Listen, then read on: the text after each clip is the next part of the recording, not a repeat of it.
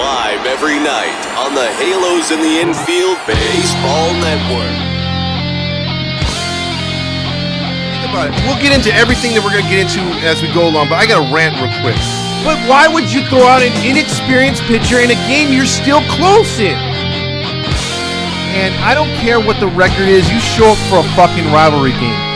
But he's actually talking to him constantly. That is a sign of a really, really good coach.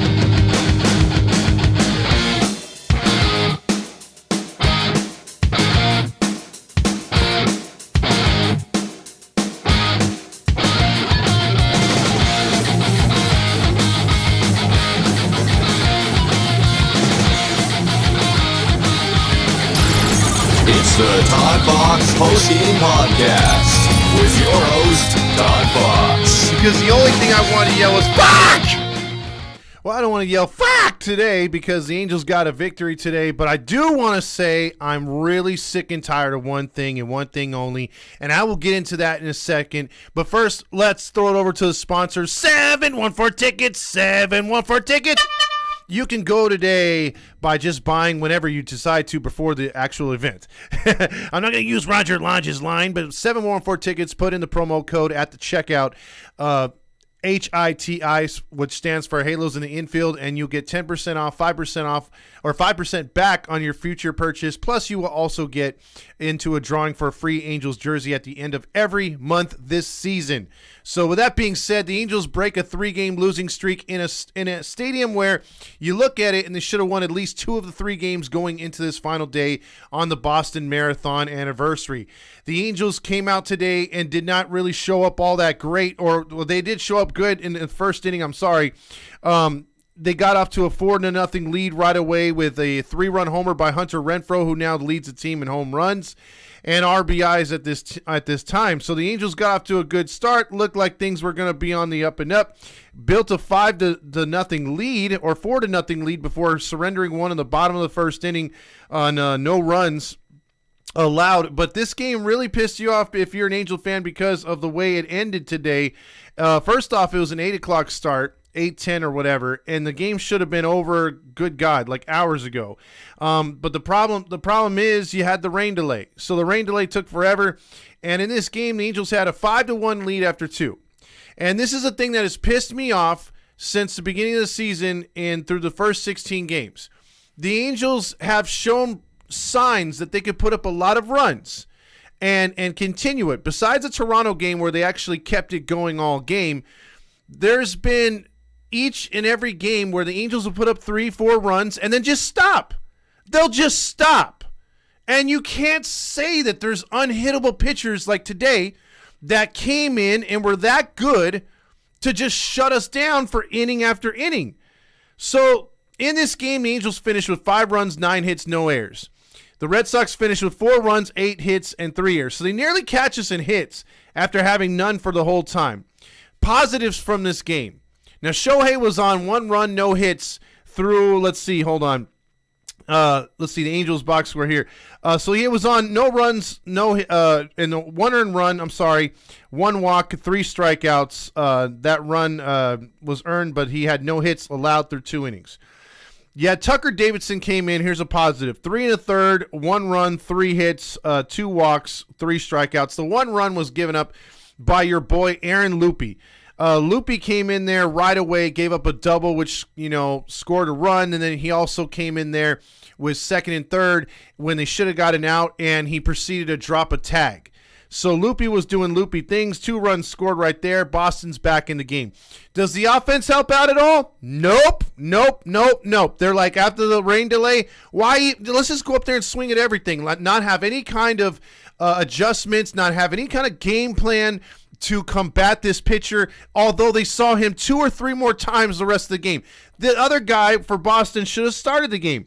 Moore came in for an inning, was a bit shaky, but got out of a huge jam. Quijada did the same, danced around a little bit. But it was Estevez who nearly blew the game in the ninth inning. He gets his second save, but rather shaky, allowing a run. Again, another leadoff guy getting on for Boston, and he made it very shaky, going 3-0 to the batter before almost giving up a bases loaded situation. Gets a big strikeout and then gets a pop out to end the game. But you had positives today. You had Zach Neto getting his first hit. You had Gio Urshela reminding us that we don't need a $38 million, I need a Kawhi Leonard day off in Anthony Rendon and Gio Urshela, who had a nice day, not behind the plate too much or in the box too much, but defensively very solid as usual. Jury did really good at short. I like him better at short than at first base. Also, you had 3 hits by our boy Mike, a.k.a. Jake Lamb. He went 3 for 4.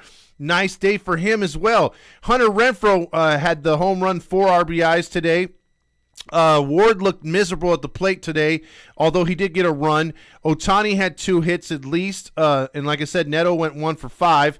But Drury got a hit today. Ohapi went 1 for 4. And he did give us a scare today with that little shoulder stiffness when the bat came around. I guess swung around and hit him in the shoulder. And that kind of gave him a bit of a bit pain right there. The guy looked overmatched, although playing a very good center field as usual is Brett Phillips, but Brett Phillips looked terrible behind the plate. Brett Phillips looked terrible. He struck out, I think, 2 or 3 times on check swing, so he looked god-awful today. Let's go over Boston Red Sox. Again, this is for a weak-ass lineup. You got 1, 2, 3, 4, 5 guys in the lineup batting under 200, and you had 1 just barely over 200, so 6 guys in the lineup besides Devers. Devers is the only guy that always kills us. He missed on a couple balls here, but he got a big base hit, RBI there. Bello looked terrible. Despite the rain delay, I don't think he would have gone more than another inning, maybe. He was 2 2/3, 5 runs on 8 hits. And then look at this. Check this out. So the Angels, they finished the game with 5 runs, 9 hits, correct? Crawford comes in there, is a second coming of Sandy Koufax. 6 1/3, 1 hit allowed. 5 strikeouts, lowers his ERA down to 4.42. So you should guess where Crawford's ERA was prior to giving 6 innings scoreless. That's unacceptable. That, to me, pisses me off so much that this team can go out there and just dick around inning after inning. Okay, I could see a couple innings, 2-3 innings, and you're like trying to find yourself, adjust to a new pitcher or two. But fuck, switch it up. Do something different. Same approach every inning afterwards. It really pissed me off that they did not try to do anything else to rattle the cages. The only thing they really tried was run Shohei, and that we're screaming for stolen bases, right? So you can say, oh, Todd, you asked for a stolen base, and they happen to get thrown out. Well, what happened in that situation, you have first and third, 1 out. I could see trying to stay out of a double play, but pick a better pitch to run on, number 1. That was like a pitch out. And number 2, give your guys a chance. You know what I mean? Like, do a hit and run. You don't need to steal him right there, because look what happens. He gets out. You got a runner at third still, but now you got 2 outs, and you got to get a single or a wild pitch or something like goofy has to happen. So you're just screwing yourself, because I think the next batter flew out anyway. So had Shohei not get thrown out, the runner would have came home from third. So this is something that, again, the Angels, even when they try to do something, it doesn't work. And it just seemed like everything was against them today. Like the baseball gods were like, no, you don't get nothing easy today. We're going to throw in a rain delay. You won't be able to pitch Ohtani. If you're going to win this game, you're going to earn it. And boy, do they have to earn it. And I was telling my dad, I'm like, look, the only way we're going to win this game is if, we keep it under 5. Because we're not scoring anymore. We just aren't. And that was in the 6th inning.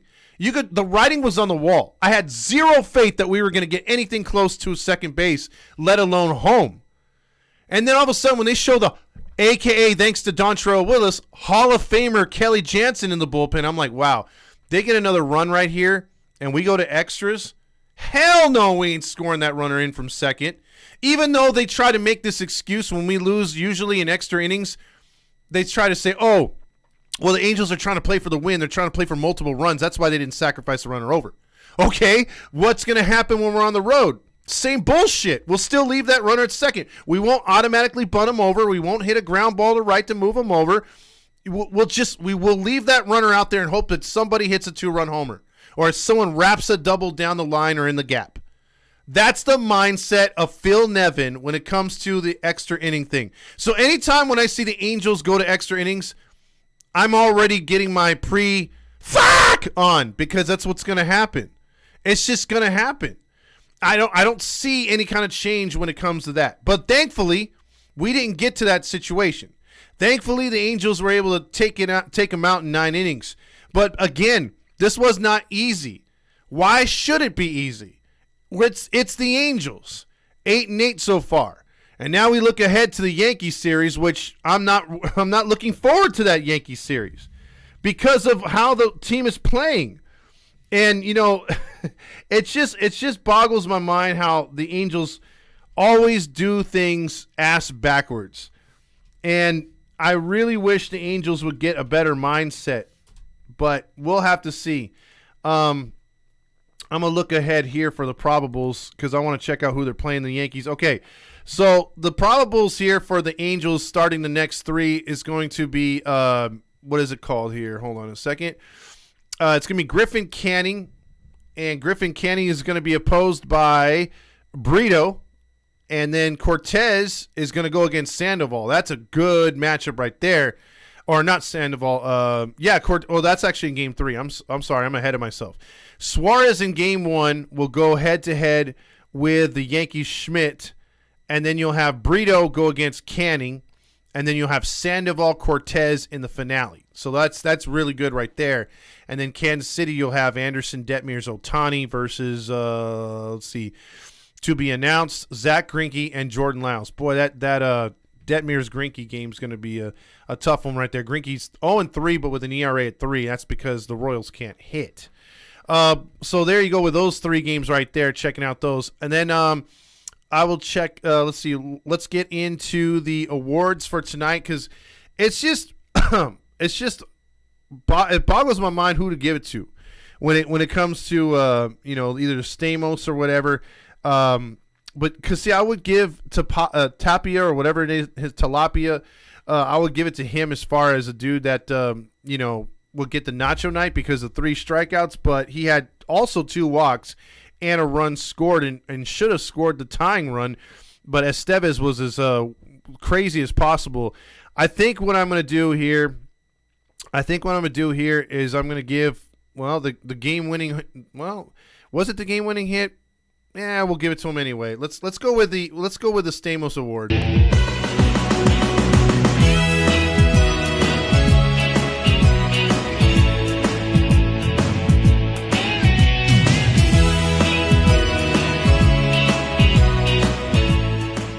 See, I love that intro for the John Stamos Excellence Award because it gives Randy's giving us a little extra Stamos at the end. He kind of gives an extra nod, and boy, oh boy, Roger loves that. I'm gonna give it to Hunter Renfroe. He had 4 RBIs today. Although having 2 strikeouts, he still had a big 3-run homer. That 3-run homer, the game is over. You could have given it to Neto. Neto played good defense, and he got his first hit. But I'm gonna give it to our boy Renfroe right there. And then as far as I didn't see anyone with Boston outside the pitcher. Instead of giving it to an Angel, because I want to give it to Aaron Loop, but he didn't completely blow the game. But boy, he opened the door for them, didn't he? So for the Nacho Night Award presented to you by Paul Sereno, as far as the worst ball player on the field, I'm gonna go. I hate doing this because this dude's a rookie too, making his first start for the year this year. I know he pitched last year, but all the chips, all the cheese, all the refried beans, all the onion and tomato and the guacamole, all the beef and jalapeno and the sour cream, all the nachos, good nachos. All the chips, all the cheese, all the refried beans, all the onion and tomato and the guacamole.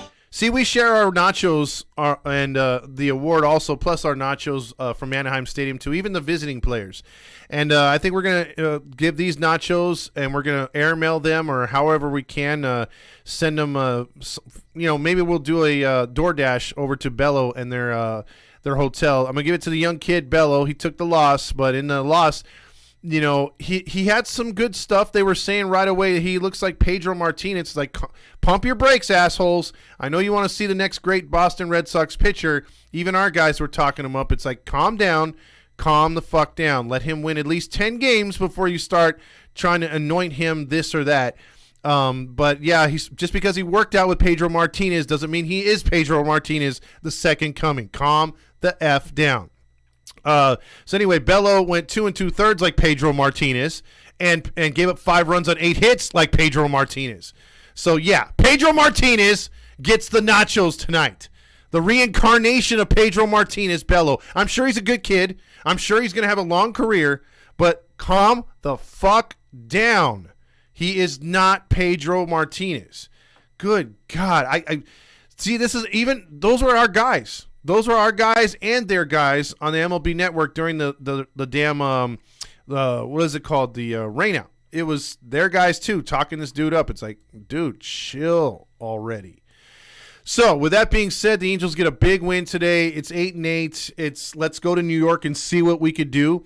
Just for all those keeping score out there, unfortunately, I was reminded today that if the Angels were to sweep in New York, the thong is still alive. Although it's on life support, the thong is still alive. So, for all those, for some reason, that want to see my hang out of the thong, then you might get your wishes may come true if you wish upon a star. The Angels have to sweep the Yankees for that to happen, which I don't see that happening. So Josh checks in with, we actually won. Robert says we need to shut down closer, not one of these that's walks batters. We only required to pitch a single freaking inning. Exactly, Robert. Have we seen one clean inning yet from Estevez? I haven't seen it yet. Every inning going back into the spring training, he has let the leadoff guy on every single time. And he always, whether he comes back and gets the final 3, that's still making it harder than it has to be. I don't like it. I really don't like it. Barely got the victory. Infinite 91 says. David Rosca says Anaheim Angels. Dude, I was scared. Jason says have to generate offense in the later innings. You have to do something. This team just sits back and was like, do. It's like they went back to the Paul Serrano school of baseball, which is just sit on your ass, eat nachos, try not to stain your jersey, and look busy and not really be doing anything. The least amount of work is the best amount of work. Let's see. Randy also says, make sure you check out the new Heedy Weekly wrap-up after the post-game show. Yes, it's a good episode. Daniel Jacobson says, why did Nevin even take Davidson out? He was our long guy. Let him go. Absolutely. I mean, Boston did that. Davidson was rolling. Davidson had about, I want to say 58 to 60 pitches. In fact, I'll get that total here for you in a second here. But he wasn't doing bad to where it's like, oh, you got to take him out. Tucker Davidson only surrendered the 1 hit or the 2 hits. But he had also, what is it called? I think they were scared, but the Loop was the one that allowed those runs later on in the game. So that's what doesn't make any sense to me. But he pitched a good thing. I think he had 63 pitches. So it's not bad. I mean, he still could have went. So you watch your mouth about Tio Tony. Oh, yeah, Randy's still in love with him. Also, Jacobson, you got to save him for tomorrow with Suarez on the mound. Well, they're not going to – after a guy pitches like over 50 pitches, there's no way Tucker Davidson will be available. If we're going to use a long relief guy, it's going to be Jaime tomorrow. Let's see. Gio, the Heedy Player of the Week. Congrats to the receiving the fan vote right there. David Rosca checks in with Todd Fox. Rendon was the top performer going into today. Light that baby up, Todd Fox. Thanks, Jesus. Also, Gio Urshela is the only one that can beat Boston, Dylan says. Also, our bullpen almost lost it. I was biting my nails when Tucker was pitching. He did it. Yeah, but he seemed to calm everything down. Also, what Randy says, what is a bunt, Todd? And that is a new concept that the Angels, tried today for one pitch, and that was Zach Neto. Zach Neto's like, hey, down in the Trash Pandas organization, they like to move runners over or catch the defense off guard by bunting when they're playing way off the bags, And then so, like, when he laid down that bunt and it went foul, Nevin yelled at him, listen, motherfucker, don't you ever, and I mean ever, do that while playing for me. You may do that with this Cactus League or the minor league system or PCL, but you never, ever bunt. It is not productive. We don't move runners over. the hell is your freaking problem? I'll bench you faster than I bench Thaiss. And speaking of Thaiss, look, I got more nervous when Ohapi got hurt for obvious reasons or he was grimacing for a second. And then I got more scared than I did for when the bullpen came in Esteves in the 9th inning. Just seeing Matt Thaiss with those goofy-ass eyes look out towards the catcher's mound or the home plate area, and he was like looking, do I have to come in or something, dude? Like, should I, like, make my way out onto the field and stuff? Where's the catching equipment? Ipe! Hey, yo, Ipe! Dude, like, where's the catching equipment? Transistor radio! I need a transistor radio! It's like, oh my God, please don't let that dumbass come out there. Please don't put that dumbass out here. And then when I saw Ohapi be like, no, guys, I got this. I'm a man. And he looked over at Tio Tony, and Tony put his head down. And he's like, I'm a man. I play every day. When I'm called upon, I can get through injuries. I'm a man, goddammit. And he went back into the batter's box like a champ while Tio Tony had his fucking head down. And then even though Ohapi had already, got out, came back to the dugout, put his catching equipment on, the inning started for the next inning for the Red Sox, you still had Thaiss there going, dude, I still can't find my transistor radio. Dude, does this mean I have to paint my nails so the pitchers can see it? Shohei! And he's just wandering around like a dumbass, worse than Jeremy Reed looking for Pokemon last year. That was the whole scenario. If you missed it, that was on Bally's today. So I was literally screaming for swiping bags on the podcast last night, Randy says. Yeah, if you have to check that out, you're going to see what Randy and Rob were talking about if you happen to listen to the episode. Because, again, they were saying it, we've been saying it, everybody's been saying it, and the organization's like, the hell's a bunt? The chair says, I want steals and bunts.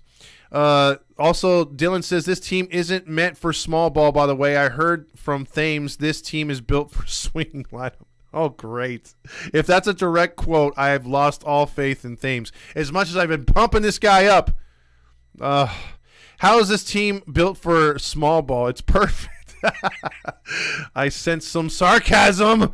Also, let's see. I went back here. See, I hate when it does that. That's the only thing YouTube does that pisses me off. It just goes, oh no, go to the bottom of the page. It's like, no, I'm reading comments, damn it. Where's the Halo way? Robert says, look what swinging away is giving us. 0 runs in the later innings of games. Exactly, in Tilapia. Dylan says, I swear this team will overachieve on the Yankees. I will laugh. That's the only way to salvage this road series. Absolutely. Those are the kind of homers we ask for, so he definitely deserves it. Exactly. Give it to the Boston pitcher. I did. Pedro ain't dead yet. How's that dude his reincarnation? His career's dead. He's already locked away as a Hall of Famer and stuff, so technically he's dead that way. No pun intended for his life or anything else like that. Those Bloody Sox fans were like, how dare you? How dare you? I've got to get that damn soundbite of Greta. How dare you? Let's see. Randy says, let's fucking go. Courtney says, I'm going to be alarmed if you wear a thong. I think everyone will, especially in 4K. It's not going to be a pretty sight. Like I said, you might want to stand a little bit back from your screens. Also, I'm happy I had on the radio and not the TV guys were crowning Balo already. Yeah, they were. It was pretty annoying. Todd, your boy Suarez will help you out to blow it tomorrow. I have no faith in him tomorrow, even though he's my boy. He's my boy! When you wish upon a thong, the Angels win, and ToddFox shows his thong. His schlong. I love that, Brian. That's good. Also, I'm cold. Nachos sound good. Gonna make some later. There you go. Also, Yvette says Golden Stamos Award goes to Ohapi for no catcher's interference. Great job. Yeah, what a noble concept, Yvette. He actually didn't interfere. I think he's gone every game without interfering. Also, Hoppy is clutch. Daniel Jacobson says Jeff Fletcher thinks a move will happen. He speculates that we will see Silseth come up. Oh, that's good. I don't like Tucker Davidson, Grillmaster says. What is wrong with Marcus Thames? Why is he coaching like Sereno? Also, Big Ball O'Hoppy. Can you please do the Thice impersonation again? Thice is so bad. Nevin was thinking O'Hoppy. You're still breathing good. You're out there because you're still better than Thice. I don't care that you dislocated your shoulder. You're still in. Do you remember that movie? It was making fun of Friday Night Lights. What was the name of that movie? I bet you James will get it. Where they had the big center. He was number 69, and it had concussions on the scoreboard, number of concussions by his name. And he had a concussion during the game, and they actually they had him tied up to the left guard and right guard, and they were holding him up just to keep his fat ass to protect the line in the middle of the field. I have a feeling like what Robert said. Thice would have a concussion, and they'd be like, man, tie him to like the umpire, like let him like just like crouch down somehow, we'll put like an extra glove or some sticky tape on him to catch the ball, because damn, they don't want to mess with what is it, Thice. Thice would be, I'm telling you, Thice is dumber than Nels. I mean, that guy, he just looks like he should be playing in another league. I'll put it to you that way. He looks like he should have a placard on his car when he approaches Anaheim Stadium, have a special place to park. And that's no offense, because, I have someone in the family that's like that, and I'm not making fun of him. I'm just saying I'm making fun of Thice, because Thice is one of those guys you just don't – you wouldn't trust this guy to watch your dog or to do some simple task. He just doesn't look smart, and I'm pretty sure he's not smart. So when he's called upon, yeah, you better believe Nevin was like to the trainer, I don't care what you have to do. Give him a cortisone shot right now in his ass, or steroids in front of everybody right here. Just keep this man on the field. I don't want to go to that nincompoop in the dugout. The fact the Angels haven't called anyone else up right now makes me believe that they really don't care about Wallach, and Stassi's somewhere off in space doing something. He's nowhere close to returning, and there's nobody else in that organization that really they care enough about to be like, let's make a decision. Because to me, they made a really quick snap decision on Fletcher. I mean, you could tell that fool couldn't hit the broadside of a barn, and so they sent him down there to stop swinging like a helicopter in the box. But you could tell Thice is not quote unquote ready. He's got to go back down to the minors. Why not pull the trigger, especially after 2 catchers interference? My God, what more do you need to see? I actually remember Jaime Biera was spot started when Lord Bundy got heat exhaustion and threw up. I believe he threw 5 strong innings. And Dylan, you're right. He did a lot of that last year, and he was kind of clutch. He was probably one of our best long relievers last year, if not the best. Who wins the Nacho Night? I gave it to Bello. Also, new Nacho Night slide making its debuts during the Yankee series. Can't wait for that. Also, Varsity Blues. There it is right there by Randy. Varsity Blues. Was that the remake though? It was sort of like a God, what's the name of that movie? Why am I so bad with this? This is why I need James right here.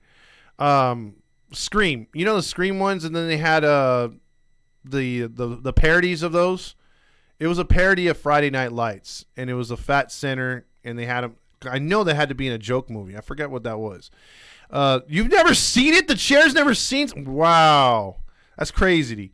That's crazy. You get the nachos just for that, my friend, because I think you've seen everything. It's not. Are you sure it's the comebacks? I could have swore it was something else.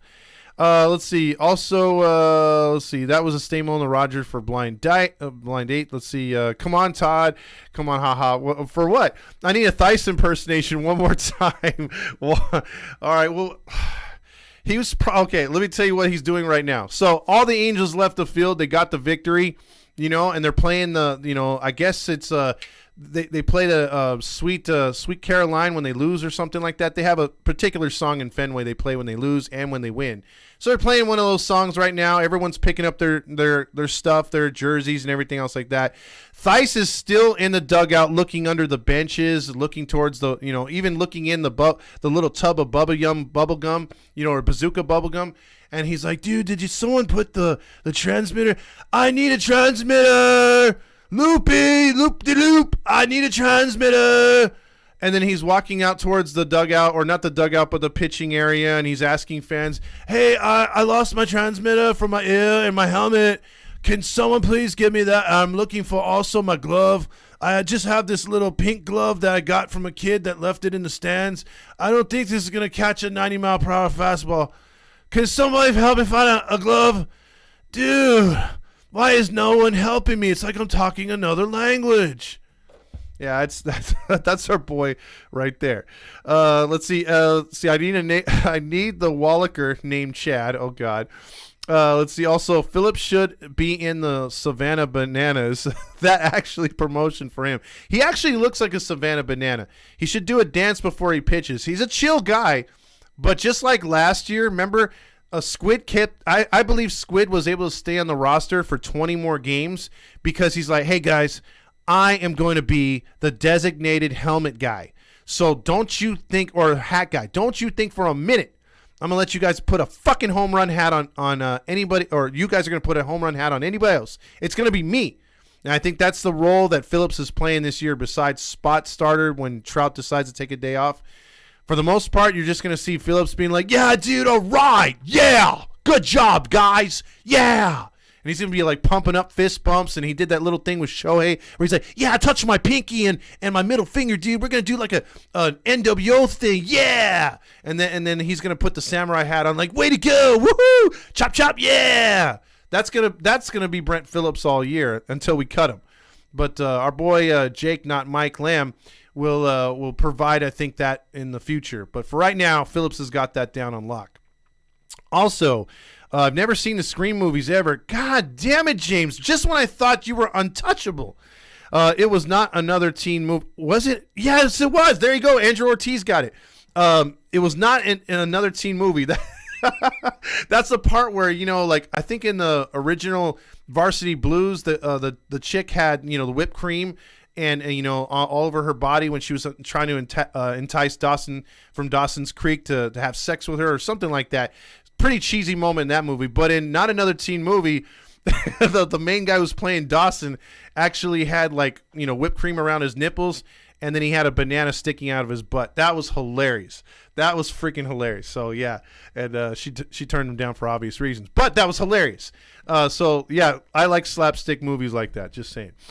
See, also, Courtney says, Theis and Bellinger need to be on the same slow-pitch team somewhere. Yes, they do. Because those fools, if they were on the same team, whether it's us or freaking Chicago, those guys would be smoking a fat doobie before the game. And then they'd just be like, hey, Cody, do you know what the score is? Nah, man, I don't know. Are we supposed to be in the outfield? Yeah, I think so. Some guy's yelling at me right now. And then you'd hear, like, the whole laugh, too, from like a Seth Rogen laugh when he's like, oh, God, I hate that guy. You want to talk about another guy I like to punch in the face besides Turner? Seth Rogen. God damn, he annoys me. Well, see, I'm going off base here. Can we just call Theis Ernest or Joe Dirt? It's another one. Yeah, we should. That's perfect. Robert says, you see the story where Bellinger forgot to leave his parents' tickets at Dodger Stadium this weekend? Dude had to be blown out of his fucking mind. I did not see that. Oh, my God. We should post that, dude. That is hilarious. You forget about your parents over some weed? Yeah, man. You got some serious brain damage. Theis and Bellinger are going to use the same weed. The chair says, Ernest, yes. Sid the Kid says, Not Another Teen Movie is the one you're thinking about. Thank you, Sid the Kid, as well. Also, Brent Phillips isn't the best hitter, but a great defense. Just don't be Tyler Wade on the bases, please. Yes. Totally agree, Grillmaster. He got picked off yesterday, and that was a terrible move in a one-run game. But you can't talk about his defense. And, boy, did you like his soccer move in center field today? I mean, like, literally, I don't know what Ward was doing. He should have stopped like 10 feet before that, including the slide. Like, why did he slide?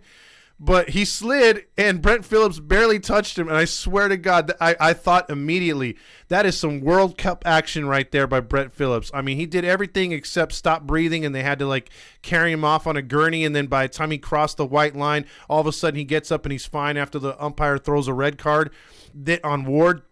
Then Phillips sprints back out in the field. I would have been like, soccer. But that was a soccer move. I mean, he barely got like not even the shin, like the bottom of his shoe, not even the cleats. And he was rolling around like he got shot from the outfield or from the home plate area, like someone sniped him or something. I'm like, calm down there. And I was hoping that was acting because the way he jogged off, I'm like, come on, dude, come on. Let's see. That was very much needed. W today. Hayes says the moment you mentioned in the movie, Todd, that's bananas. There you go. Oh, that was Chris Evans. That was a young ass Chris Evans. I forgot about that, Andrew. That was hilarious. Todd, when talking about Bellinger, use a smoke weed every day sound. I should. I'm gonna get that smoke weed every day. James says Seth Rogen is awful. God, yes, he is. There's another. I don't know if there's another word that describes him being that terrible in everything that he does. And he's going to ruin one of my favorite IPs of all time. Have you seen the Ninja Turtles YouTube for I guess a movie that's coming out this summer? They did a reanimation for like the 50th time of the origins of the Turtles. It's like, God, how many times can you tell the goddamn story? Sometimes it's good. Sometimes it's not. This one's not because Seth Rogen is taking over. So... oof. Just check out that YouTube. Check out Donatello's voice, dude. I swear to God. There's some things I want to say on here, but I'm going to keep it PC as a mother effer when it comes to that because everyone's got freaking their own decisions or mindset when it comes to certain things. So I'm not going to go in a certain direction. I'll have another pod for that. But just watch that train wreck. And some people say, hey, it looks good. To me, it looks like shit. And when an IP is destroyed like that, it really pisses me off. It's like, okay, you remade something so many times. That's great.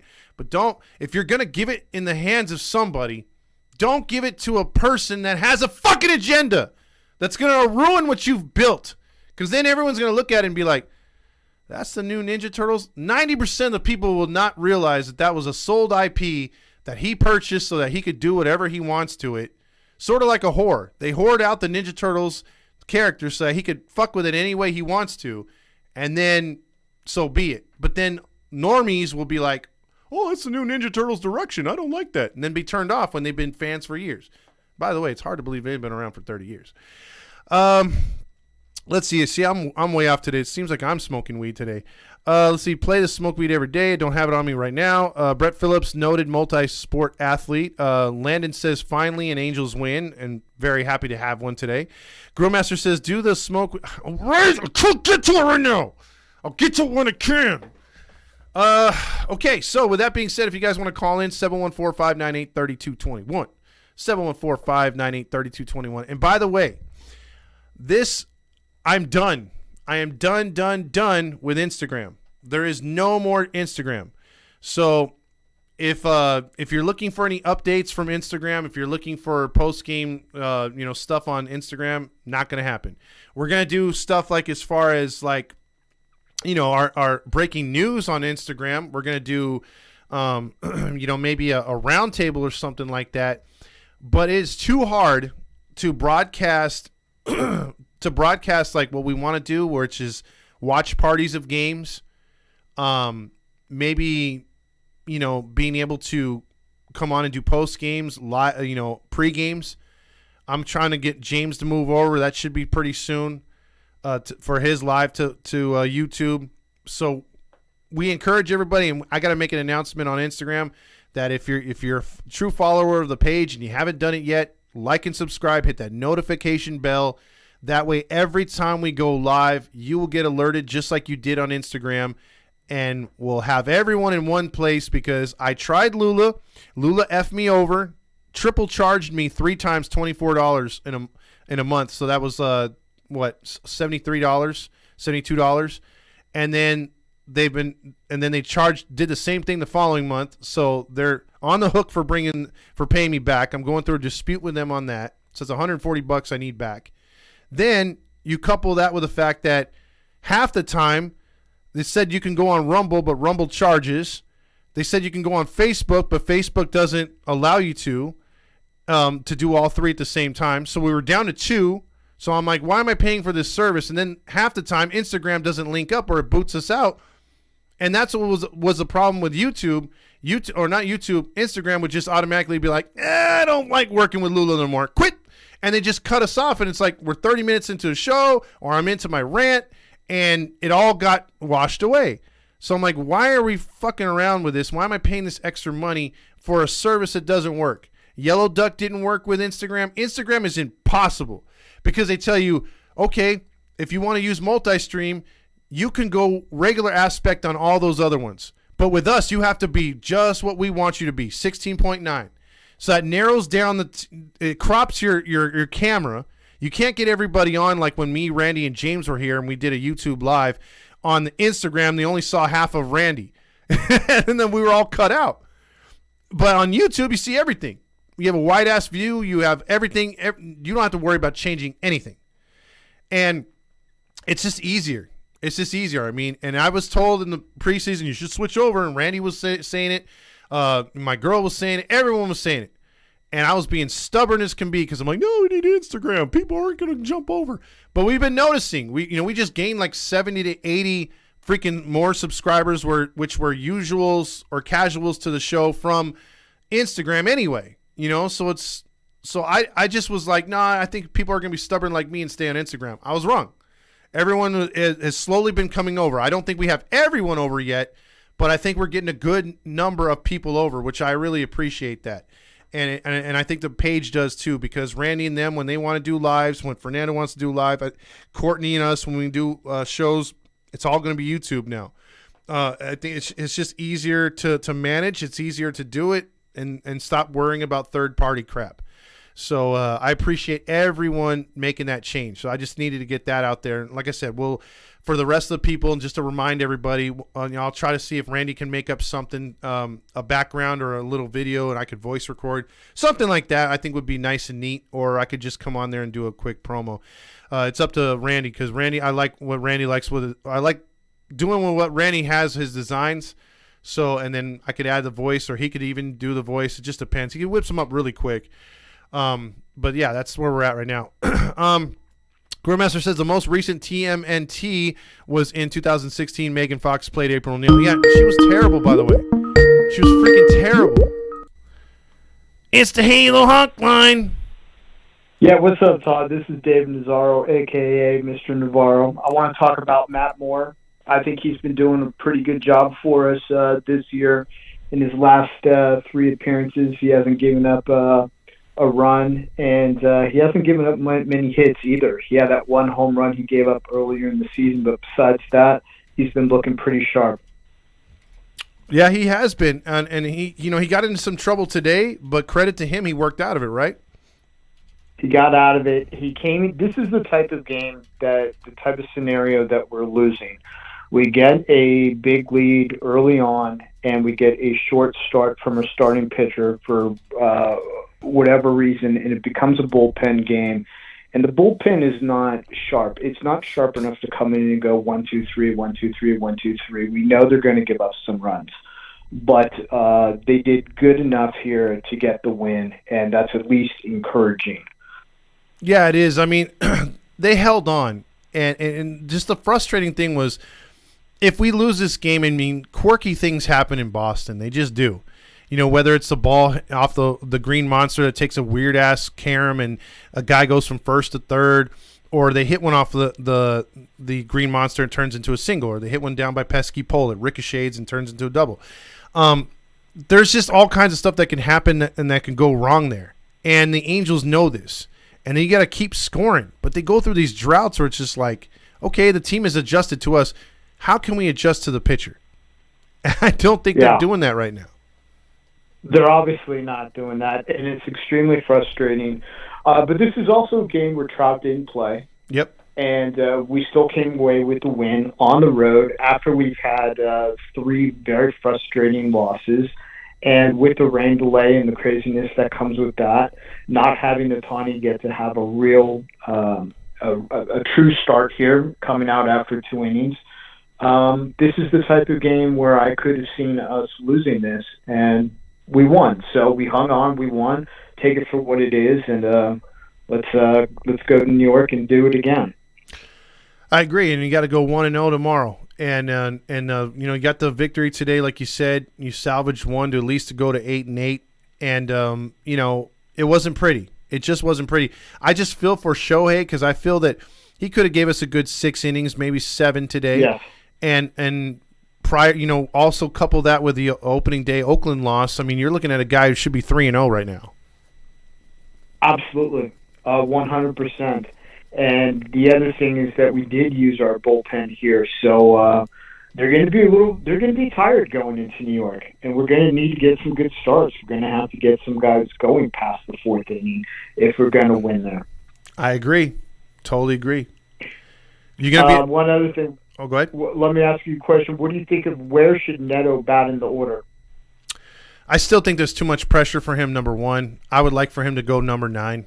Because the number he wears is the number he should hit, because the number that he wears that someone wore before, Sean Figgins started his career at that number 9 spot. He perfected it, would flip the order nicely to where Socha got eventually comfortable with him and said, you know what, you're going to lead off. And maybe Neto is going to be a leadoff hitter someday, but right now, start him at 9. Get him some confidence up there, and if you're playing him every day, every other day, wait till he gets a little hot and he feels comfortable. Then you make the decision. Hey, let's put him as a table setter. But I rather him hit 9th, to be honest. I was going to put him either 8 or 9, so we're in agreement on that. Another great show, Todd. Enjoy your day, and I look forward to hearing from you tomorrow. All right, sounds good, David. Hope to see you at the stadium. I'm going to be out there, I think, Friday and Saturday again. So Friday and Saturday, okay. All right. Well, I'm up in Northern California, so I have to come down. But I'll be down. In July or sometime during the summer to see the Angels down there. Well, if you do, we have some big announcement about July 1st coming up here in a couple July weeks. July 1st. Yeah, July 1st will be our tailgate. I'll save the date. You got it, brother. Have a good one. All right. Cheers. All right, that was Dave up there in Northern Cali checking in, so appreciate that. Always has good phone calls. Courtney says, I've been the closest one with the series predictions so far, but I was still wrong. Yeah, you were actually.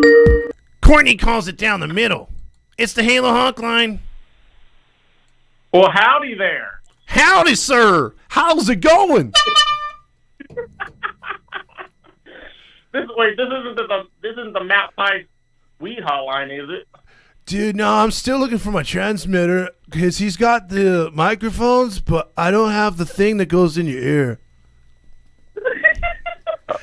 Oh, I love that we got a new voice that we can add to the collection. Yeah, right.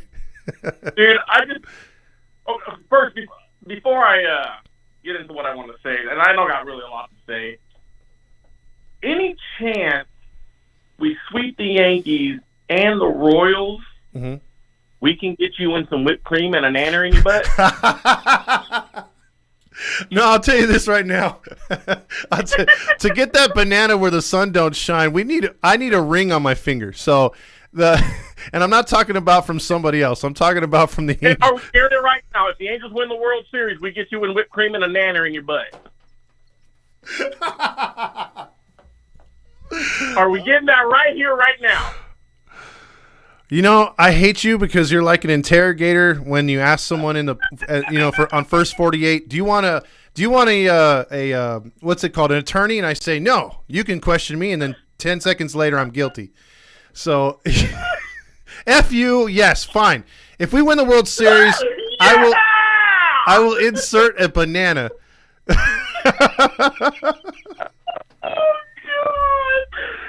Oh, shit, this is great. With a whipped cream happy faces on each butt cheek. How about that?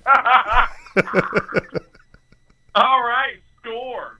Now we can get serious. We're trying to keep fans, not lose them. Oh, man. Anyways, man, I'm telling you what, I'm glad this Boston series is over. I mean, there hasn't been a more frustrating stretch of baseball other than this past week since last summer, dude. And I don't feel confident going into the Yankee series. I'll feel a little more confident, once we get back onto the West Coast and get back home. And you'll hear all that in the the new episode of the Heady Weekly Wrap Up. Rob and I give our predictions on that. But man, we have to turn it around, Todd. Like it has to get turned around now. Like we can't continue playing like this, man. Early in the season, be damned. Like this shit has to get corrected right here, right now, going into New York. Yeah, I honestly think that just for a confidence booster, I know it didn't exactly work out the way we wanted to last year, but I think with this particular roster, trying to eliminate the demons from last year, finishing above 500 would be immensely appreciated. And if this team can do that this year, going into April or going into May, I think it would make a difference because, again, we're going to be playing to end the month a good Milwaukee team and a good St. Louis team to start May.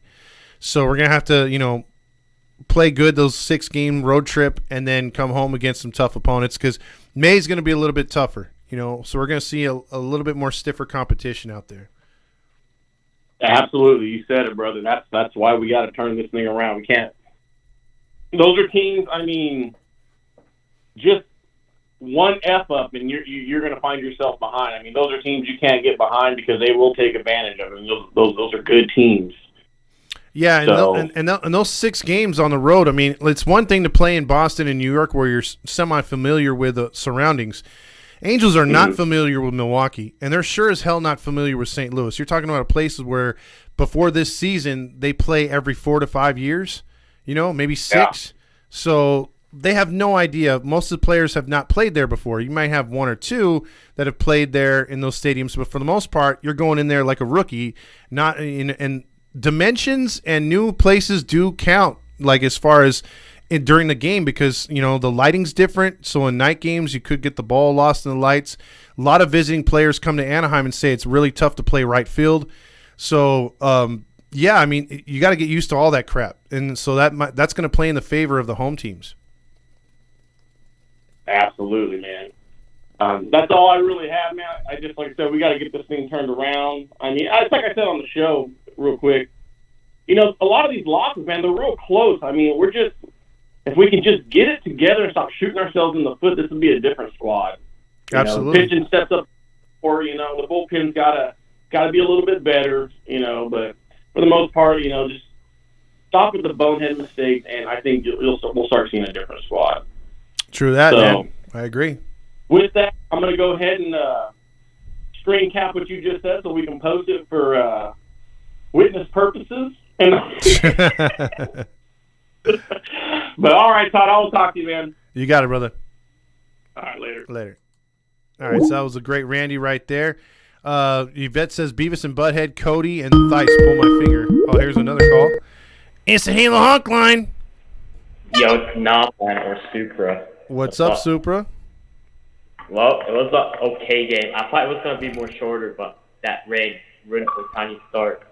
I'm kind of disappointed, but we won, so that's what it mattered. Yeah, this game should have been done at 11 o'clock, man, or 11:30 before lunch. Yeah. Otani was on, bro. I wish we could have gone like 8 innings and had 15 strikeouts. Like that slider looked nasty as hell, but that's how it is. He might start at New York, which is not going to be fun. He's going to get shit on, so that's not going to be good. No, I think they're gonna send him back for or going to set him back for the Kansas City series. So I think against Kansas City, the only one that kills us with that team is Salvador Perez.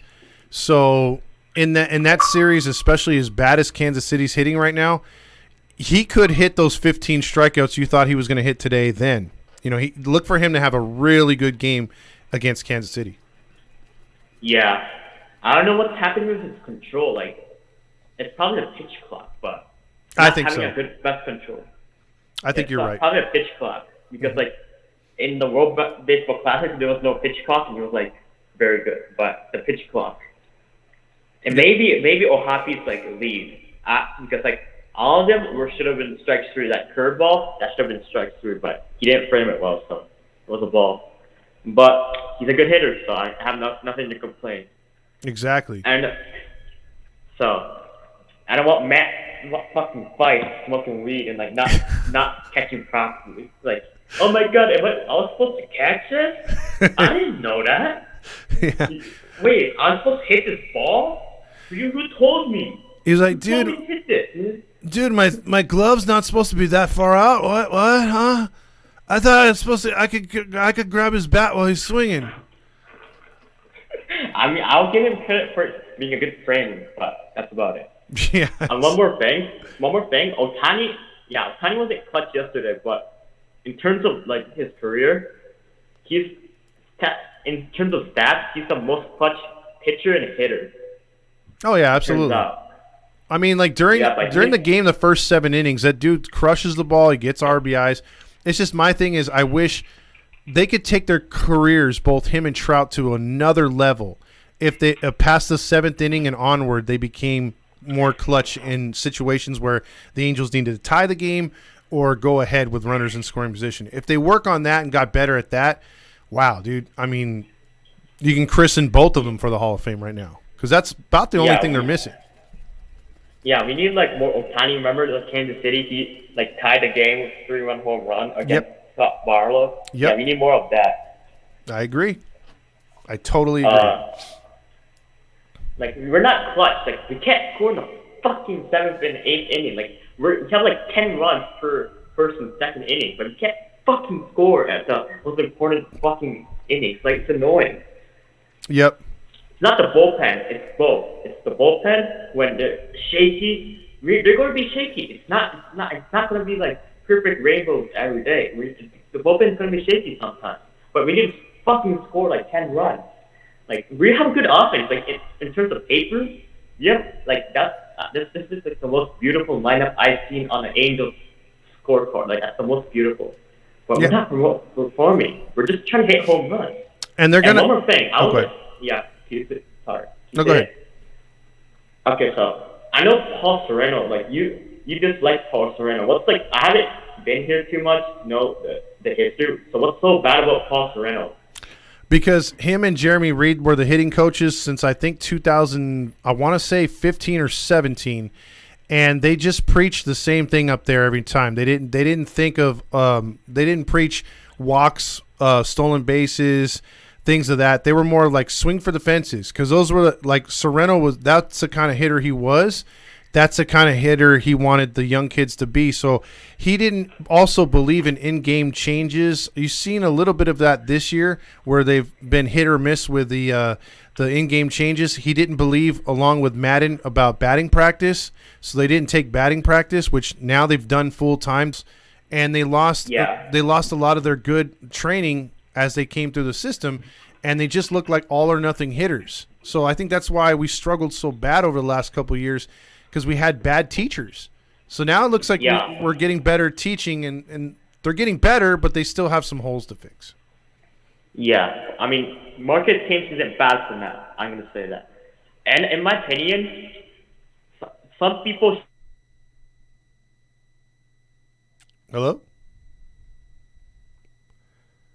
I think we lost Super on that one. Yeah, we lost Super on that one. Sorry about that.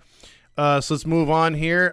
Next one. Let's get into these comments. We'll catch you on. Keep that last comment in mind, Super, for tomorrow's post game. Hold on, we got another call right here. I was gonna get back into the comments. It's a Halo Honk line. Hey, what's up, Todd? What's going on, Jesus? Oh no, this is Brian. Oh, Brian, my bad. Brian Bolkin. I live right by the stadium. Hey, this is my first time calling in this year, but dude, I'm not optimistic on the season. I see the same shit that's been going on all these years happening again, and the team doesn't know how to win. Todd, they haven't been 500 since 2015. Mm-hmm.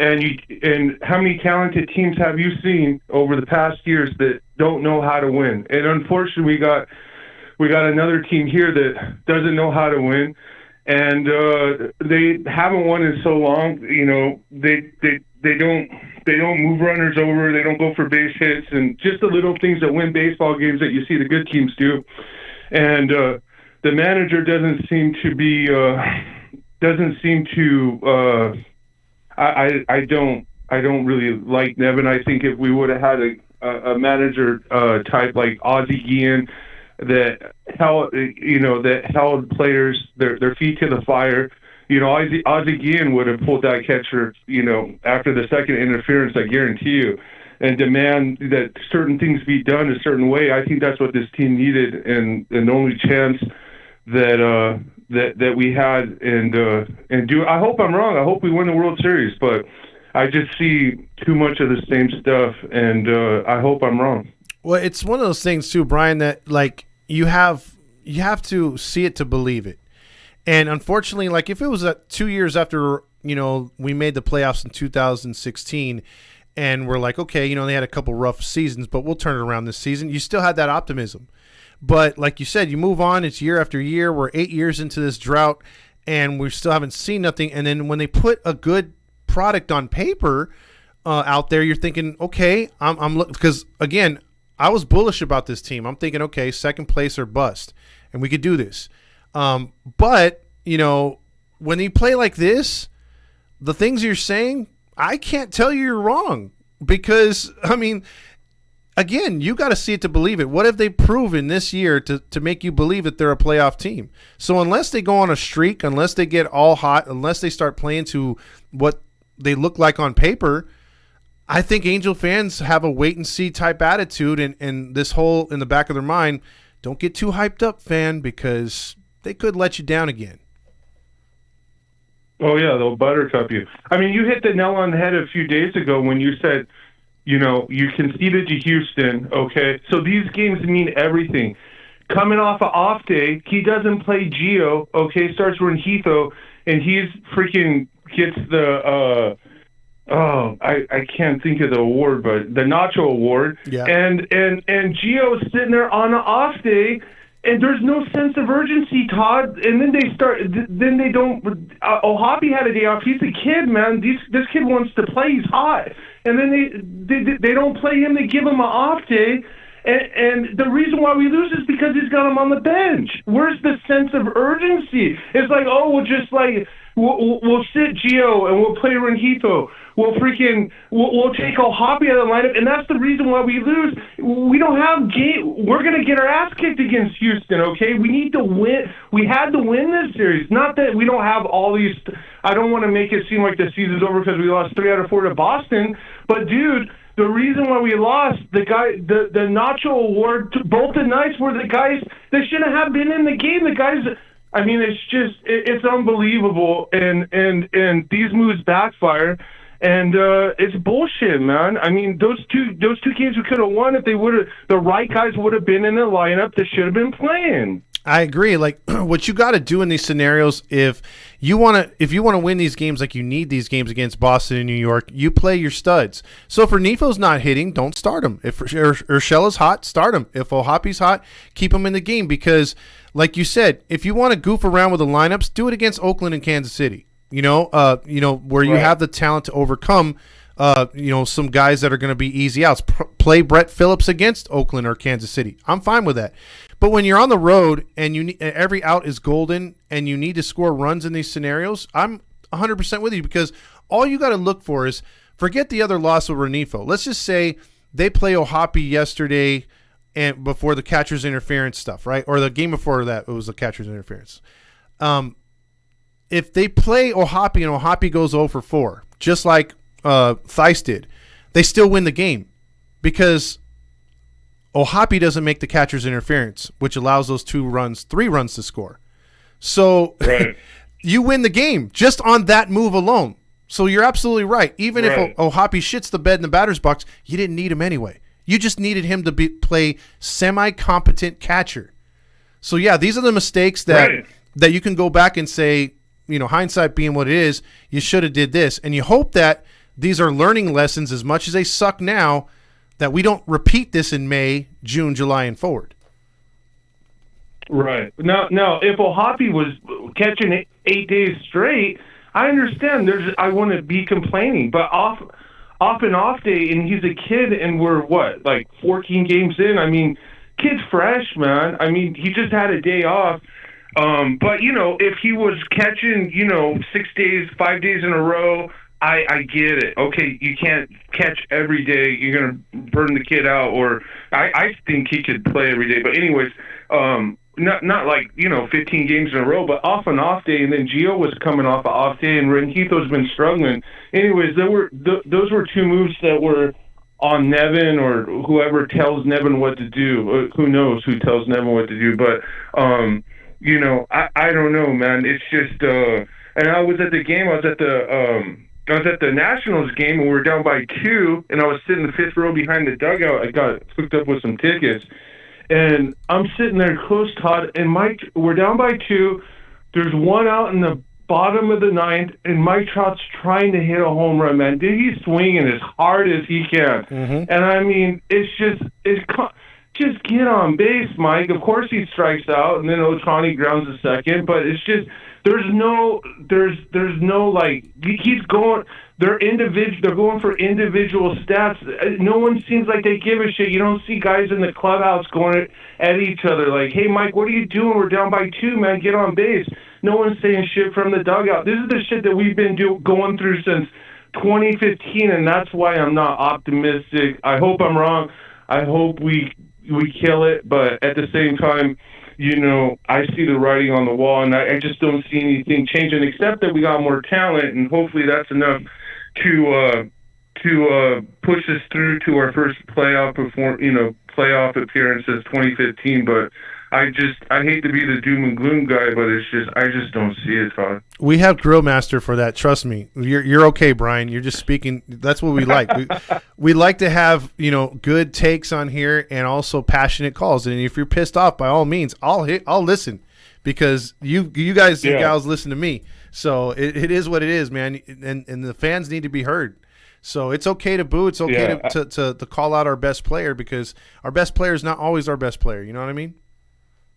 No, Mike Trout's great, and it's just I see the same tendencies. I just don't see the sense of urgency by the way we're doing our lineups and by the expressions on the players' faces and the will to want it.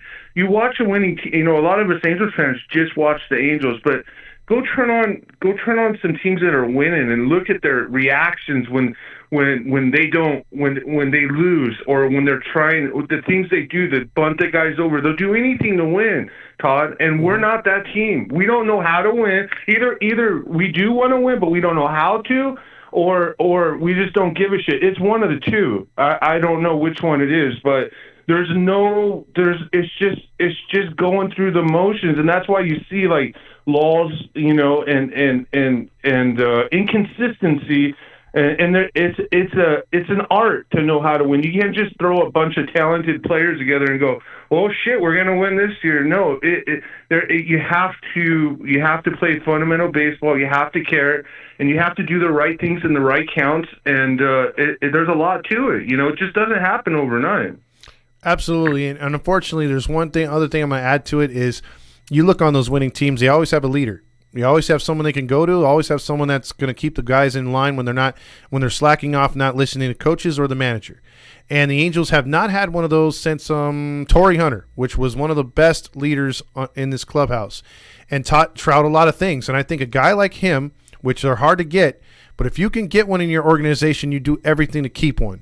And if we had one in this organization, this team would probably be playing a lot better than they are right now. Because you need a guy that's going to kick some ass when they go in the dugout and who's tired of losing, who wants to win on a nightly basis, not a weekly basis or a yearly basis, wants to win on a nightly basis to keep these guys honest all year. Because a lot of these guys get in their head, they get too cocky, and they begin to think it's a mundane job, and they don't take it seriously. So that's why you need a leader. And guys like Trout and Ohtani, as great as they are, true Hall of Famers in the future, they are not leaders. No, they're not. So. And, as some managers, it could be a manager too. Sometimes a manager's a leader and he'll pull guys out of the ball game and guys won't like it. But if the players buy into the system and they got the managers back, that can make a huge, huge difference. But, I don't see Nevin being that leader that wants to stir any kind of waves or that type of manager that just is, I just don't see him yet doing that. If he would have.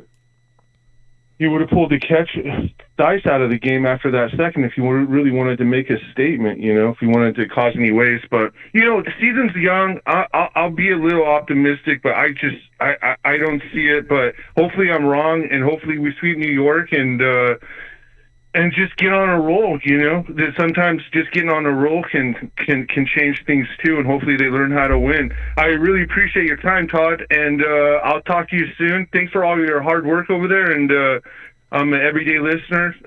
You have a great day. You too, Brian. Hope to see you at the stadium soon. Take it easy. Yeah, absolutely, Todd. Thank you. All right, that was Brian calling in right there. Also, let's get to some of these comments right here. See, Randy says, in a nutshell, the IG page is going to stay. Obviously, that's our home page right there. Just lives and stuff like that will be on YouTube going forward. Also, let's see. Oh, thanks, Randy. I'm used to pressing someone's account right there. YouTube definitely will be the home for this kind of stuff. I miss Figgy. The chair says the bullpen does 1, 2, 3, 4. I'm okay with that, just not 1, 2, 3, 4, 5. At Dylan, whoever you're replying to should be able to see their name highlighted. Also, Sterling says Martin's just trolling right there. By the way, shout out to Martin right there. Sterling Glad says Bello is a good pitcher. He is, but he's no Pedro Martinez. Also, the chair says that sounds like Bill from Bill and Ted's Excellent Adventure. No more zesty bets. Let's see right here, right now. No ToddFox. I think that's responding to me with a banana. That's not a good sight, not even for me to think about. What is happening here? Laugh out loud. I'm afraid to be a part of this team now, Courtney says. Hey, well, at least we're not having you do the banana honors or the cherry or the whipped cream. So it's on me anyway. I'm that's not going to happen regardless. That's a pipe dream, and the thong is probably that too. Robert says viewer discretion is advised. Josh says, what do we have to do to get the lingerie? Oh, geez. Todd's going to have an OnlyFans account. That's what's going to turn into. Let's see. Buy it at the store. Would feet be in the account? Ha, ha, ha. Totally. The chair says, we got to come up with something for Todd involving toes and spiders. Oh, God. Anytime, if you guys ever watched, was it Fear Factor? And they put someone in a pit with either, cockroaches I didn't mind, which is weird, those big hissing ones. But, man, you put someone in there or put me in one of those glass cases with all the tarantulas and spiders, hell no. I would scream like a girl. I would probably, when they sealed me in that container, that glass container with the spiders, I would scream like such a girl, like screech, like a banshee. I would shatter the glass of that whole thing because, and crawl out of it. Because, dude, I am deathly afraid of spiders. If you ever want to prank me or just be an asshole to me, put a fake spider on my shoulder like someone did and watch me scream like a wussy. Because, man, oh, man, I can't stand anything creepy crawly. I always ask whoever I'm with to kill the spider. I don't man up and kill a spider. You put a snake in front of me, I'll handle that sucker. I'll kill it like Martin would down in Australia, like wrap it around and, tie it in a knot and rip it apart or whatever. I'd be all manly and crap. I'll freaking take 2 pots and scare a bear because I've done that in camping. Like I'll brush aside or catch a bat flying in the house with a freaking sheet or a blanket. I have no problem with that. I'm not scared of rabies. But you put a non-poisonous spider, a daddy long legs, or you put anything bigger on any kind of spider in general, dude. Just the look. I mean, there's a reason why the scariest movie I've watched to this day that gives me the biggest heebie-jeebies and it makes my skin crawl to this day, gives me goosebumps, gives me bad nightmares. You would think it's Exorcist, or you would think it's one of these poltergeist movies, right? Or Freddy Krueger, something that I watched when I was younger. No, it was Arachnophobia with John Goodman. That shit sent me to another level of scared. You know what I mean? Like it was my worst nightmare. Taking a shower and a goddamn spider coming through the nozzle or whatever, coming down a slow ass string. Oh, Jesus Christ! That always scares the crap out of me. So yeah, spiders are terrible to me. They are the devil. They should be if I could nuke every spider, I would. Let's see. Let's see. Well, also. Dylan says, you've been drinking, LOL. Keep it up, Randy. Also, the Angels have a chance to make the 2023 unforgettable. Don't let us down. Yeah, please not. Why do people say the F word like it's taboo? Shut up, Randy. Let's see. My man in the echo chamber. You guys were talking about Supra right there. I'm sorry, I'm catching up all these comments. These comments are coming in here fast right now. Also, hurry up. I need to call in before I go to... Oh, yeah. Got to make things work for you, Grillmaster. We have a beautiful lineup on paper in real life, LOL. Also... let's see. Naman says, "Hey, it's Supra. I lost the internet. Yikes! Oh man, good call. I agree with the points." Yolanda says. Also, Roberto says, "Give him a day off when Suarez is pitching." Hayes says, 7-1 for tickets. 7-1 for tickets. And look out for that Roger Lodge shirt. Balls, and John Stamos. That is a brilliant shirt that's coming up here soon that my man Randy came through with. An excellent design, by the way.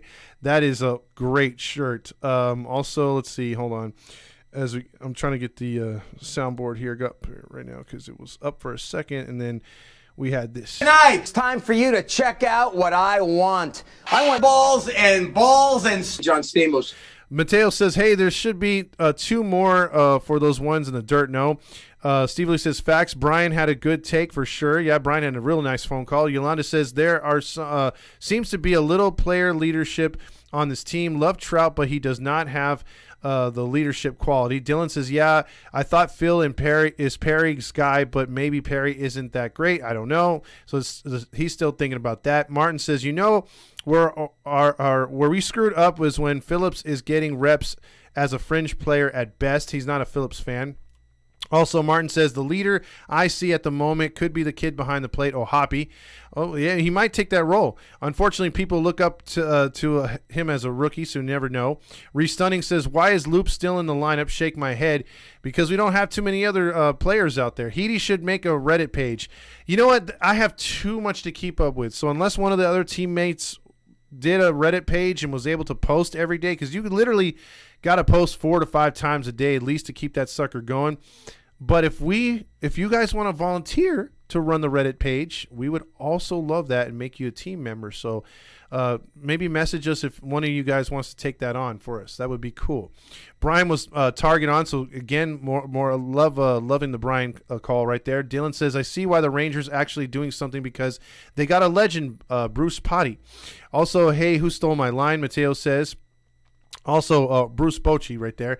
Also, Mateo says it's a rally thong. Oh, yeah. You don't want me to take off my thong at a game and then start waving it around when we need a rally. Stop it! You sound like Rendon. Let's see. I hate cockroaches. 8-legged freaks. Now, 8-legged freaks didn't scare me too much. All right, Hayes. That was like one of the corniest movies. Anytime that lead actor from Ready to Rumble, Courtney Cox's husband, whenever he's in anything, I can't take it seriously. Just like Seth Rogen. He plays the same character in everything. So when he was in 8-Legged Freaks and it was all computer animated, I'm like, yeah, it's not too scary. Arachnophobia was actually real spiders except for the big creepy one in the barn. But other than that, it's like, damn. Did you guys hear how the Mets broadcasters had to change booths in Oakland because of the possum? Yeah, they took a picture of it. So they have holes. I mean, look, Courtney's been there, and a few of us have been there to Oakland as well. I have. It's in a shit neighborhood, number one. Number two, there's nothing around it to at least bring up the ambiance. Then you talk about the stadium's falling apart. The seats are rusted out, cracked. You could stab yourself with the seats. The food's not tolerable. They've had rat infestations. They still have troughs. Remember at old Dodger Stadium, they had troughs where you urinate in and you're like right next to the other guy. It's pretty uncomfortable. They've had sewage issues to where it backs up and comes onto the field. And you have the worst dugouts, the worst, what is it called? Rooms for the locker rooms for the A's and for the road team. I mean, high school teams have better facilities than the Oakland Athletics. I heard when I was listening to when the game was in a rain delay over Chris Russo on High Heat was like, they should get in the new stadium for Oakland. It's embarrassing. It's embarrassing. They've been there for 10 years. They got to go to Vegas, Portland, Salt Lake, Tennessee. Fernando does a better impersonation of him. But anyway, Vince Russo, very annoying New Yorker. He was just stating all the obvious. And then he showed the possum that was actually coming down as the Mets broadcasters were broadcasting the game. They had to leave because the possum, you never know, could have babies, and they're very aggressive, and they tend to bite. Just ask my sister when her cat needed $1,000 worth of surgery when its stomach was ripped open by a possum. Those things can do some damage. So, yeah. You got stuff like that in your stadium, fold the franchise already. Come on, man. Also, you should wear a Spider-Man suit, ToddFox, in the next Angels game. Now, that doesn't scare me. Spider-Man does not scare me. The part where he got bit now, that scared the shit out of me. This team stresses me out, dude, Mateo says. I feel you. Angels baseball with a halo right there. Rick Guzman. What's up, Rick? New nacho slide sent to Todd. Oh, I don't even want to open that up, Randy. See, when we go into the tailgate, Rick says July 1st. Now, we had to back it up. We wanted to do one in June, but we have a lot of things coming up here where we have to get that right first. And then July 1st, we're going to have a tailgate and possibly one not too long after in August, because we have a real big setup for that July 1st one. We're hoping that as many of you Angel fans can spread the word and come out, because it's going to be a huge tailgate. Trust me. Also, Hayes says MLB should have regulation standards for every MLB owner and stadium. Exactly, because Cincinnati would not have an owner. They would force, like if the NFL had true ownerships and true commissioner like the NFL, then you would have gotten rid of an owner like Washington. Dan Snyder's gone. It would have been the same thing with Oakland. Cincinnati ownership would be gone. The fighting with Baltimore would be over, with the kids fighting for the rights of the teams, because that's what most of this is about. You have a lot of children fighting over the teams after their rich fathers who own the team for years die. Mateo says, that's why I don't pee at A's games. It's hella weird. Robert says, if Ohtani's start is pushed back to the homestand, we have to call upon Halo Nation to show up for that game. It is pushed back, Robert. He's going to be pitching against Kansas City. Heady tailgate party, Rick says. A's spring training stadium is nicer than Oakland Coliseum. That is true. Halo fam, Rob Halo Nation. I have another page, or Halo Nation. He tailgate July 1st. There you go. Trout Ohtani bobblehead night that night. So not only do you get to hang out with us, there's going to be prizes, giveaways. You're also going to get a free bobblehead that night. So way to look out right there, Randy. I don't mind making and running a Heady Reddit page. Well, Mateo, if you want to step up, we'll give you the information. Maybe if there's a way to link it to Instagram and everything else, we'll make you part of the whole crew here. Great idea, guys. In the MLB, have every team to play in Oakland. I see what Manfred is trying to do, expose the A's. July 1st for show, says Hayes. Also, remember those big metal spiders in the movie Wild Wild West. Again, those don't scare me. Vince Russo. It's Chris Russo. Okay, Randy, here's what I hate. I am turning into my father. My dad does not remember a person's name. Like, Randy walks up to him and says, hey, it's me, Randy. And my dad's like, okay, Chris. You know, like, he changes his name. Or we're driving down the street and someone cuts us off and he's like, gee, lady. I'm like, it's a guy, Dad. And then when it's a woman, it's like, gee, guy. It's a lady, Dad. You know, like, I have to tell him over and over, but that just comes with age. Maybe I'm aging too fast here, but yeah, I got the same tendencies. I kind of screw up people's names, so my bad. Mateo says food at the A's game is overpriced as fuck. What is Roger Lodge saying? Brewskis, bro. Yes, Rick, that will be a staple for sure. I'll be at the Star Wars night this Friday. I think we'll be there too. So I'll give you a shout out, or I'll say where we're at that time. Here's where. Hey, where's my City Connect? I'm scared, Todd. Randy, don't you start with me. Mateo says, Mike Lamb had a good game. 3 hits tonight. 3 hits today, or whatever you want to call it.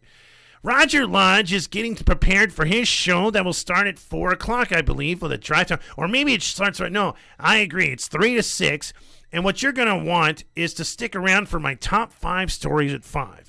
And that's where I give you 5 minutes of commercial time between 4:55 and 5:01, 5 o'clock, somewhere around there. And James plays all the highlights you want to hear about everything that doesn't relate to the Angels. The top 5 stories that you're going to want to talk to at the water cooler, which no one participates in anymore because there's no water cooler talk anymore because people are working from home. So that doesn't make any sense and is irrelevant. But my show keeps it going. The Roger Lodge Show will talk about John Stamos, the war in Ukraine. We will talk about UCLA basketball, and then we'll talk about liberals, and then also how much I love Bud Light, beer. And then we'll also talk about the draft next year for the USFL teams, or XFL teams, because I'm super into that as well. And I will have filler for the first half hour from 5 to 5:30. No phone calls, no questions or comments. And if you do have anything non-positive to talk about my Angels, because did I ever tell you I used to ride my bike down Catella? And I used to ride my bike down to Catella with baseball cards flapping on the spokes of my tires on my bike, dreaming about John Stamos. I mean, thinking about the next time me and John Stamos can hang out at a drive-in. I mean, thinking about the next time me and John Stamos could play a manly game of basketball, shirts versus skins. And believe me, John Stamos can play skins anytime in any game I want to go to. So with that being said, Roger Lodge says 714 tickets. If you want to go today, you got to buy tonight. Oh, wait a minute. It's the other way around. Buy today, go tonight. Angels baseball, any other stadium or any kind of other event, you get 10% off by just putting that in the promo code, plus a 5 additional % off of your next purchase. And you also get an opportunity to win a free jersey, courtesy of 714 tickets, 714 tickets, 714 tickets, and Halos in the infield, not Roger Lodge. That's what he's saying. Okay, let me get to the last few comments here. Also, another Trout and Ohtani bobblehead. Seriously, yes. Well, they don't know any other player. They seriously don't know any other player. Chair says, my dad screws up my name all the time and calls me the names of my older 3 brothers. Yeah, because none of you look alike. I don't know how he does that. The Dodgers should move to Vegas, and the A's should take their stadium. Vegas has a small freaking stadium. Randy Chris right there. Also, Dylan Ortega says, I got kicked out of a group on Facebook because I was speaking the truth. I hate Halo honks. To be honest, on Facebook, it's very passive and aggressive. Facebook is terrible, Dylan. Facebook, they do not allow you to speak your mind whatsoever. So I would say this. Which one was it again? I don't know if you mentioned if it was Halos Nation or whatever like that, but if you wanted one, I think another good Facebook page besides ours would either be Halo Joe, or you would want to be a part of, Angels Baseball Uncensored. That's the one where you could pretty much rag on anybody and they don't care. But everyone else has the feels. Everyone will report you if you're semi-non-Magic Johnson. Let's see, you better not give away my Star Wars bobblehead, you SOB. I'm not. Relax. Rick Guzman said, hit the nail on the head. Hayes says 714 tickets, and then they need Detmer's no-hitter bobblehead. Yeah, I mean, they dropped the freaking ball with that. Literally, no pun intended. Also, Randy says, James, play the beautiful Tawny Beach footage. Let's see, they need a Tony 2 Errors bobblehead. Yeah, they need one where he's like skipping the ball to the second base or first base. And can you believe that? Randy called him out, and I forgot about that. Dontrell Will is saying, they practice on Rendon skipping the ball to second base. Who practices on that? What did he just like, I'm tied my shoes together so that every time when I have to throw the ball from third to second, I can bounce it over there and the second baseman, whoever's covering, can practice on their one-hop skills. Dude, that was so stupid. They wonder why no one respects Apple TV, dude. It's so garbage. And then let's see, real quick, I'm going to give Mateo what he wants. I was pretty cocky. I want balls and John Stamos. So there you go. That should be a bobblehead right there. Balls and John Stamos. So with that being said, we had a great show today. Hope everybody enjoys their Monday afternoon, and then catch the Yankees series starting tomorrow. My boy Suarez is another boy is going to be on the field, and you're going to be hearing, Blue, you're my boy! Suarez, you're my boy! So go Angels, and thank you for everyone participating today.